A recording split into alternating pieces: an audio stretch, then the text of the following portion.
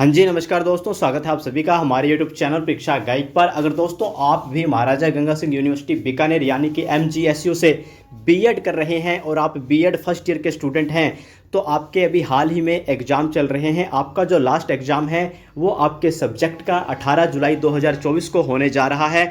तो उसी से संबंधित मैं आपके लिए महत्वपूर्ण प्रश्न यहाँ पर लेकर आया हूँ, जैसा कि मैं लगातार आपके लिए लेते आ रहा हूँ। तो आप देख सकते हो BEd first year examination 2024 important questions subject रहेगा आपका पेडागोजी ऑफ हिस्ट्री। जिन स्टूडेंट के पास हिस्ट्री सब्जेक्ट है वो इस वीडियो को देख सकते हैं। दोस्तों सबसे पहले आपका खंड ए रहेगा। खंड ए में टोटल आपसे 10 प्रश्न पूछे जाते हैं, 2-2 अंक के, और 50 शब्दों में आपको आंसर लिखने होते हैं। तो इसके अंदर जो पहला प्रश्न है वो ये है, इतिहास शिक्षण का अर्थ बताइए। दूसरा प्रश्न है, इतिहास शिक्षण के लक्ष्य व उद्देश्यों में 4 अंतर लिखिए। वहीं पर तीसरा प्रश्न है, सह संबंध से आप क्या समझते हैं। चौथा प्रश्न है, इतिहास शिक्षण के लक्ष्य व उद्देश्यों में कोई 4 अंतर लिखिए। वहीं पर दोस्तों पांचवा प्रश्न है, स्थानीय इतिहास से आप क्या समझते हैं। वहीं पर छठा प्रश्न है, दैनिक पाठ योजना और इकाई योजना के 3 अंतर लिखिए। वहीं पर दोस्तों अगला प्रश्न है, परियोजना विधि के 4 सिद्धांतों को लिखिए। सातवां प्रश्न है, निबंधात्मक परीक्षण के दोष लिखिए। आठवां प्रश्न है, दैनिक पाठ योजना के किन्हीं 4 लाभों का वर्णन कीजिए। वहीं पर 9वां प्रश्न है, जीवन वर्त विधि के गुण लिखिए। 10वां प्रश्न है, पाठ्य सहगामी क्रियाओं के महत्व की व्याख्या कीजिए। दोस्तों अगला आपका खंड ब है, जिसके अंदर आपको 5 प्रश्न करने होते हैं। 200 शब्दों में लिखना होता है। प्रत्येक प्रश्न 6 अंक का होता है। पहला प्रश्न है, इतिहास शिक्षण की प्रकृति का वर्णन कीजिए। दूसरा प्रश्न है, विषय वस्तु विश्लेषण क्या है, व्याख्या कीजिए। तीसरा प्रश्न है, जीवन वर्त विधि का इतिहास शिक्षण में क्या महत्व, स्पष्ट कीजिए।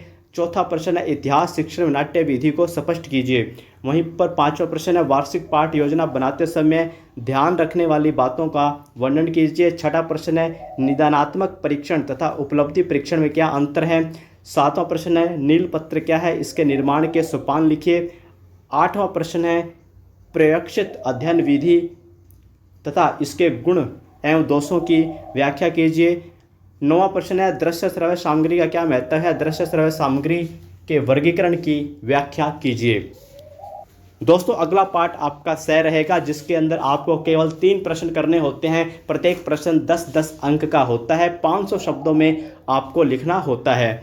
वहीं पर पहला प्रश्न है, माध्यमिक स्तर पर इतिहास शिक्षण के क्या उद्देश्य हैं।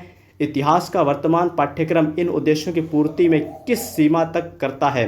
दूसरा प्रश्न है, इतिहास शिक्षण की पाठ्य पुस्तक का महत्व स्पष्ट कीजिए। वहीं पर दोस्तों तीसरा प्रश्न है, प्रक्षेपी सामग्री का अर्थ बताइए। इतिहास शिक्षण में प्रयुक्त प्रक्षेपी सामग्रियों का वर्गीकरण कीजिए। चौथा प्रश्न है, सह संबंध से क्या तात्पर्य है। इतिहास का सह संबंध अन्य विषयों के साथ स्थापित करते हुए विवेचना कीजिए। 5वां प्रश्न है, प्रयोजना विधि से आप क्या समझते हैं। इस विधि को विविध चरणों का उल्लेख कीजिए तथा गुण दोष बताइए। वहीं पर 6ठा प्रश्न है, पाठ्यचर्या को परिभाषित कीजिए।